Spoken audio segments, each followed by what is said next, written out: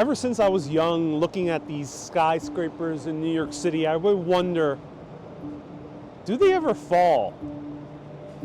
And can they fall? What would happen if one did?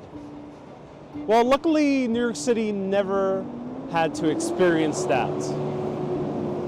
But in 1978, at this building, 601 Lexington, we got really close. I'm Ariel with Urbanist, and let's learn a little bit about New York City history. Welcome to 601 Lexington in Midtown East at the corner of 59 and Lexington Avenue. This building is 915 feet tall, built in 1977 by Hugh Stubbins and William LeMessurier. The most unique part about this skyscraper that strikes almost anyone who happens to pass right by it is its unique positioning of the stilts. The reason the stilts are placed this way has to do with this church right in the corner. St. Peter's Church used to be an old Victorian church that was standing here for many, many decades prior to the 1970s, and they had one condition for its new developers, that they let the church stay in the same exact spot it has stood for decades. The developers promised to build a new structure for the church, which is the one we see right now. However, since they wanted to stay in the same spot, it proved to be a very difficult position for this new building, because one corner was taken out. William LeMessurier, the structural engineer, went to Hugh Stubbins, the architect, and had an idea. Let's move the stilts into the center. However, in order to sustain the stilts in the center, there had to be a Chevron pattern on the building, a skeleton that would fortify the building from swaying too much and falling down to the wind. This Chevron pattern that he designed was inspired by the pine tree. However, as they continued with their plans, William LeMessurier knew that the Chevron pattern had to be welded. But when they started building it, without William LeMessurier's consent, the developers decided to bolt the Chevron pattern, the skeleton that could hold the structure up.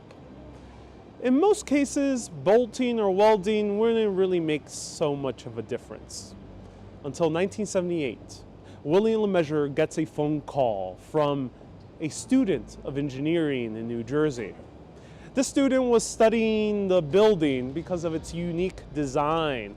And as she was doing the calculations and seeing how this building actually stood, she found a discrepancy that to her felt like she was making a mistake. That discrepancy was the quartering winds.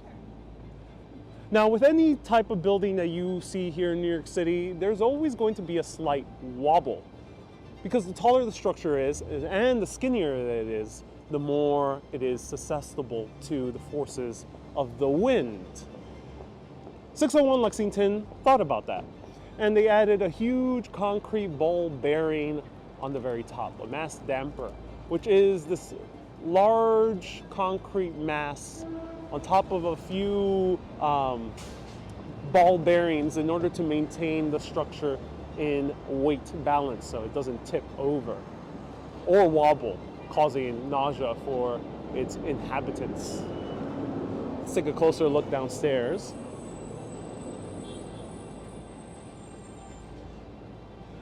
However, William LeMessurier woke up to getting this call by the student, asking him, hey, my calculations aren't adding up. It seems like this building could top over in a gust of wind that hits the very corner of the building that's only 70 miles per hour. And the student was puzzled because this must have been wrong. William LeMessurier is one of the top structural engineers.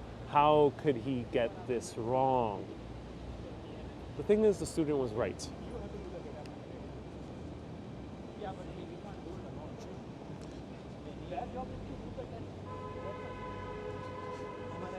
William LeMessurier quickly asked his team to do more calculations, find out truly what could happen and how possible this will happen.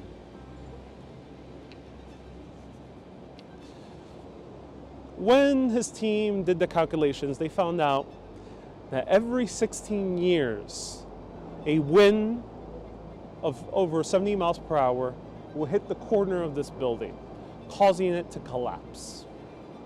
The thing is, if this building collapses, it's surrounded by skyscrapers. It wouldn't be like a collapse that you would see with demolitions, where it would just collapse in of itself, but instead it will tip over, causing a domino effect that will continue topping over all the buildings surrounding it.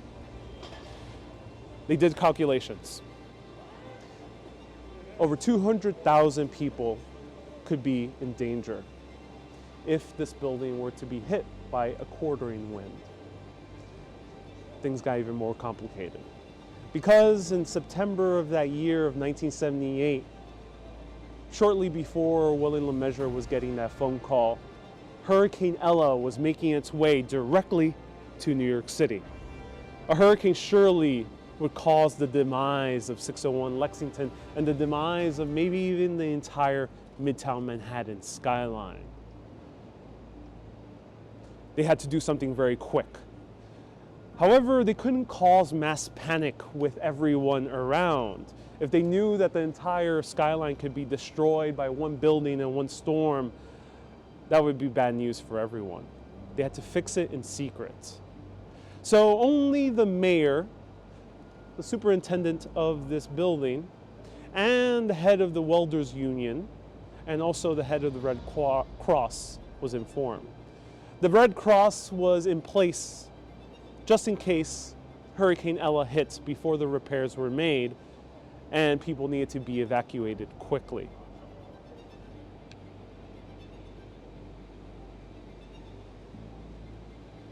How did they do it?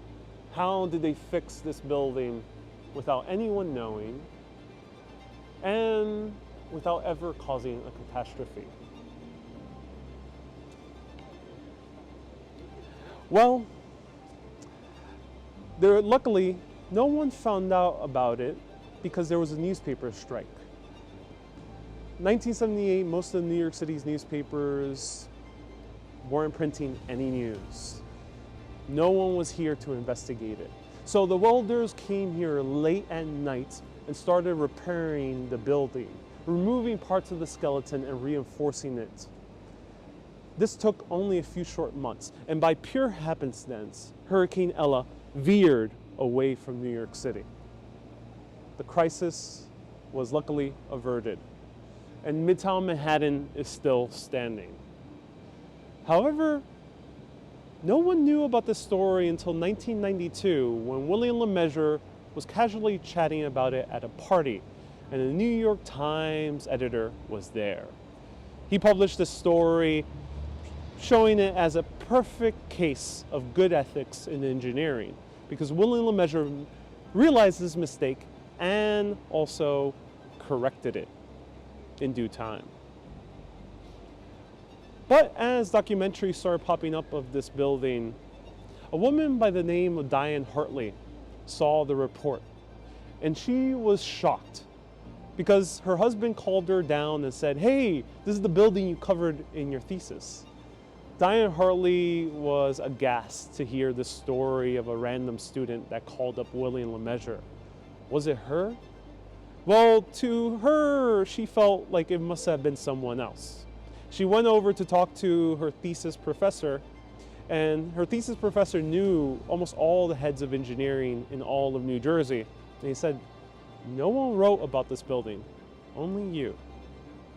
So thanks to Diane Hartley for calling up William LeMessurier and making him aware of the structural mistake.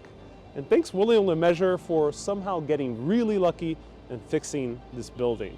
It goes to show that luckily a skyscraper hasn't fallen yet, but they could.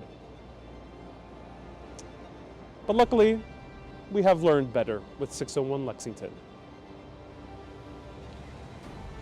I'm Ariel with Urbanist. Thank you so much for watching. Keep being awesome and always keep on exploring. Have a great day, everyone. And, oh, don't fall.